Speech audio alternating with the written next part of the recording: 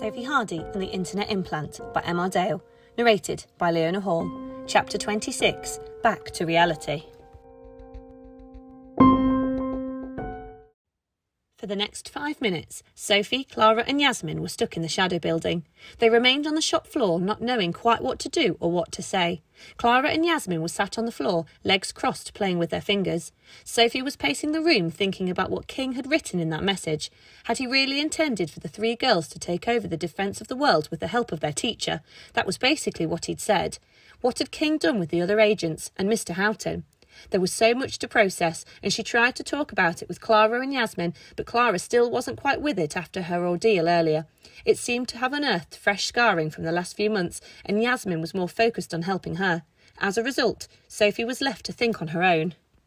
At the start of the week, she just wanted to be one of the older children, get access to the internet to better herself and help her to develop and make a better life for her and her family. Now she had her cousin back, and here she was with more than a perfect opportunity to do just that. All that knowledge of aliens, wizards, mythical creatures and many more from her dad was at her disposal, complemented with the resources at Shadow. Sophie could see what a massive opportunity this was turning out to be, but also couldn't help but think she was missing something. It was all too good to be true. As Sophie came to realise that almost the whole planet was now at her fingertips, exactly as she wanted, Miss Sissons walked back into the room with her hands in her pockets and a straight face. She meandered over to the girls and Clara and Yasmin stood up. "You can go back to school now. The force field has been lifted and you need to get back." Miss Sissons looked up from the floor and gave the 3 girls a defeated smile. "Who is Cole, Miss Sissons?" Yasmin asked. Miss Sissons shuffled uncomfortably and looked like she was getting emotional again. She fell over her words at first, but took a sharp intake of breath.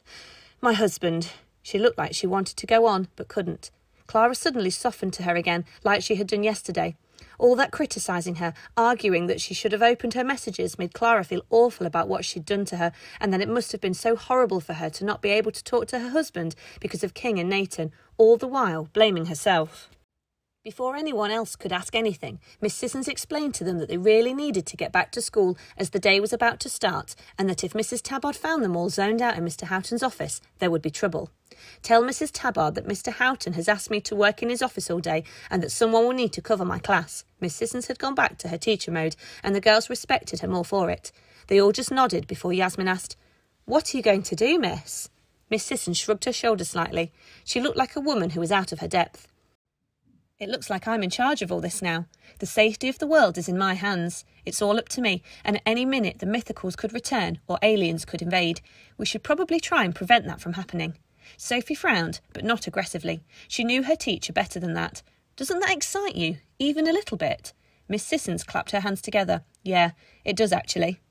"What are you going to do about Mr. Sissons?" Clara asked, not knowing if that was his proper name or not. Miss Sissons smiled again. "That's a story for another time. His conscience is alive and looking for me. I didn't think that 20 minutes ago. Now, get back to school." The girls smiled and hugged Miss Sissons before they all left and arrived back in Mr. Houghton's office, opened the door and walked down the corridor to find Mrs. Tabard in the reception. They were exhausted, but didn't have time to think about that. When they reached the reception window, Yasmin tapped on it, and Mrs. Tabard, who was having a few minutes from washing up after breakfast club, turned to look at them. "What are you 3 doing here?" she screeched. "You should be on the playground waiting for the whistle." Not deterred by Mrs. Tabard's abruptness, Yasmin relayed the lie that Miss Sissons had told her to. "She wants cover. The children are coming in 5 minutes." Mrs. Tabard clearly had no idea that there were much more important things going on in the world at that moment, but Yasmin couldn't very well say that. Mrs. Tabard sifted through some papers on the office desk in an effort to find a phone number to ring someone to come in. Partway through, she stopped and a gleeful look spread across her face. "I'll cover her." "Pardon?" Yasmin asked, completely taken aback by Mrs. Tabard's suggestion. "You?" "Yes, Yasmin. Why not?" Mrs. Tabard asked, looking most put out at the fact that Yasmin couldn't imagine her teaching. Yasmin shrugged as she could think of worse ideas. All the children knew of Mrs. Tabard's dream.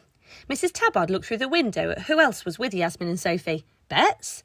"Yes, Mrs. Tabard," Clara replied, smiling. "I thought you'd left," Mrs. Tabard said, as Clara smiled again in response. "You're going to mess up my register." Clara smiled again, and the girls fell about laughing. Mrs. Tabard looked through the window again and counted. "Isn't there normally 4 of you? Where's Katie?" The girls all looked at each other. Katie had tried to talk to them before they arrived at school that morning, but the girls had shrugged her off. It was time to go and find the fourth member of their quartet, bring her up to speed and make her an agent. They had neglected her all week and not spoken to her. She hadn't been given an implant when Sophie and Yasmin had. She'd been left at school by herself during the blackout, wanted to talk to them all urgently and been ignored since. It was time to be a friend again. The girls walked towards the door that would lead them out onto the playground. Mrs. Tabard shouted after them, "Oh, wait, hold on. There was a message sent directly to Mr. Houghton's office yesterday evening saying that Katie wouldn't be here today." The girls stopped and looked at each other. They had seen her earlier that morning in her school uniform, so why wouldn't she be here? "Oh, OK, Mrs. Tabard. See you in a few minutes," Yasmin said calmly in order to hide the girls' concern. Sophie opened the door to the playground and the three wandered out. Immediately, they scanned the playground for Katie, hoping that there'd been a mistake. None of them could see her.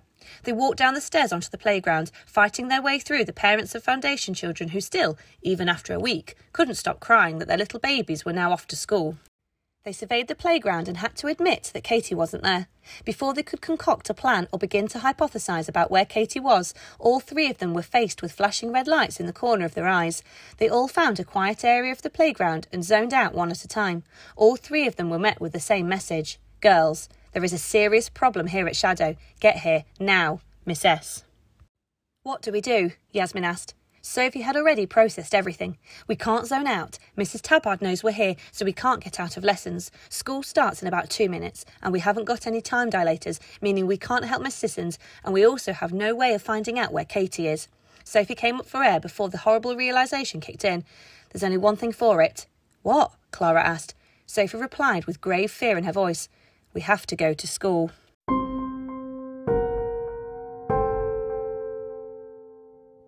The Sophie Hardy saga was written and produced by Emma Dale and narrated and produced by Leona Hall. If you enjoyed it and would like to continue to follow the adventures of Sophie and her friends in coming episodes, then please subscribe through one of the many podcast providers out there. The links for each of these can be found on our website. If you require more information, visit our many social media channels, or if you would like to purchase a hard copy of the book, then be sure to check out www.sophiehardysaga.com. Thank you for listening, and we hope you enjoy.